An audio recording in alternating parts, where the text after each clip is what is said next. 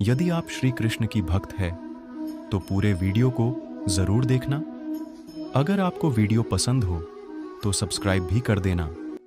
भगवद गीता में भगवान श्री कृष्ण कहते हैं, मन का बेचैन होना उसका स्वभाव है।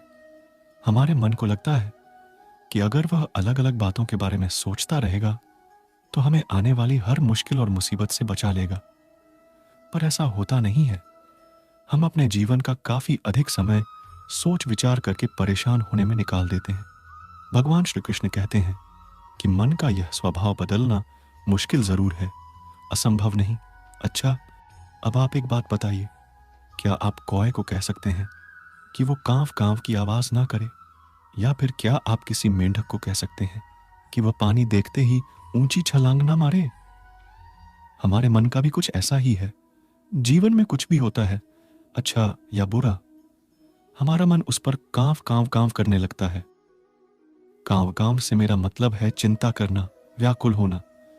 कोई बुरी बात होती भी नहीं है और मन परेशानी की ऊंची ऊंची लपटें लेने लगता है। कभी कभी तो मुझे ऐसा लगता है कि हम में से कई लोग सिर्फ परेशान होने के लिए जीते हैं। सारी परेशानी, पीड़ा, दुविधा अक्सर हमारी मन की बनाई हुई कहानियां होती हैं।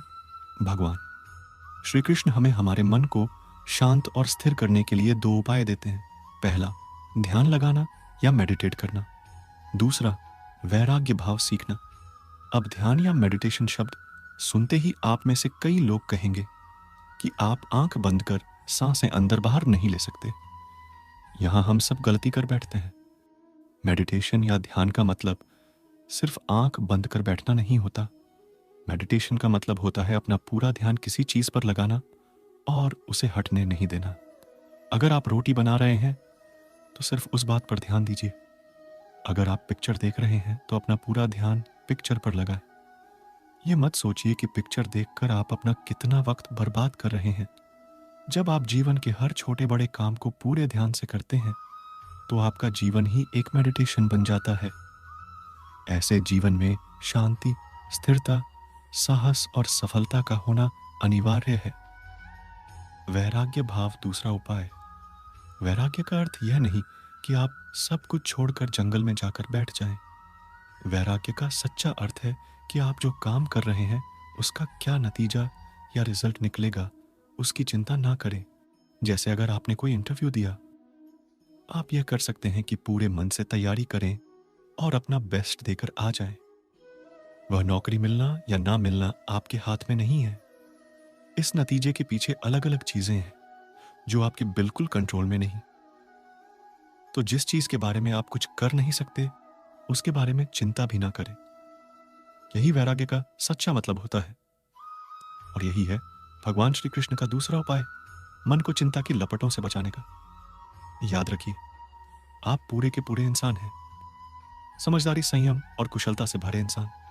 आपका मन जब भी कौए की तरह अलग अलग बातों पर आपको परेशान करने लगे तब अपने मन को भी प्यार से समझाइए और शांत कर लीजिए।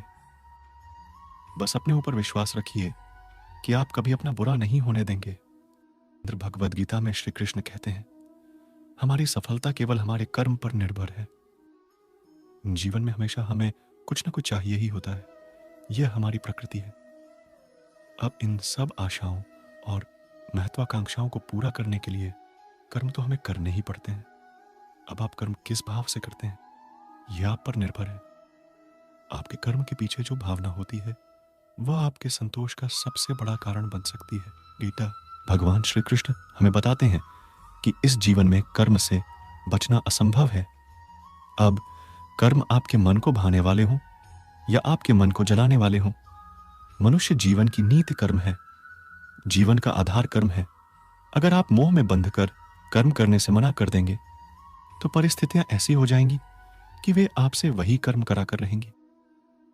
यह वैसी ही बात है जब अर्जुन कुरुक्षेत्र के महायुद्ध के बीचों बीच अपने अस्त्र डाल देते हैं, क्योंकि कुछ क्षणों के लिए अर्जुन इस मोह में बंध जाते हैं कि अस्त्र उठाने से वह अपने कुल का, अपने संबंधियों का विनाश रचेंगे।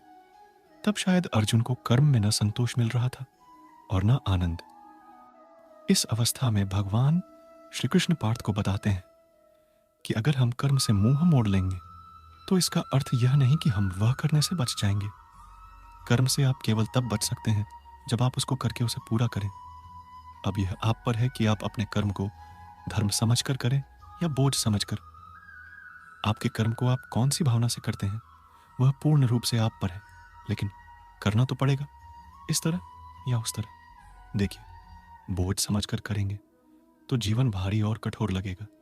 धर्म समझकर करेंगे, सेवा भाव से कर्म करेंगे तो ऐसा लगेगा कि आपके हाथों भला हो रहा है।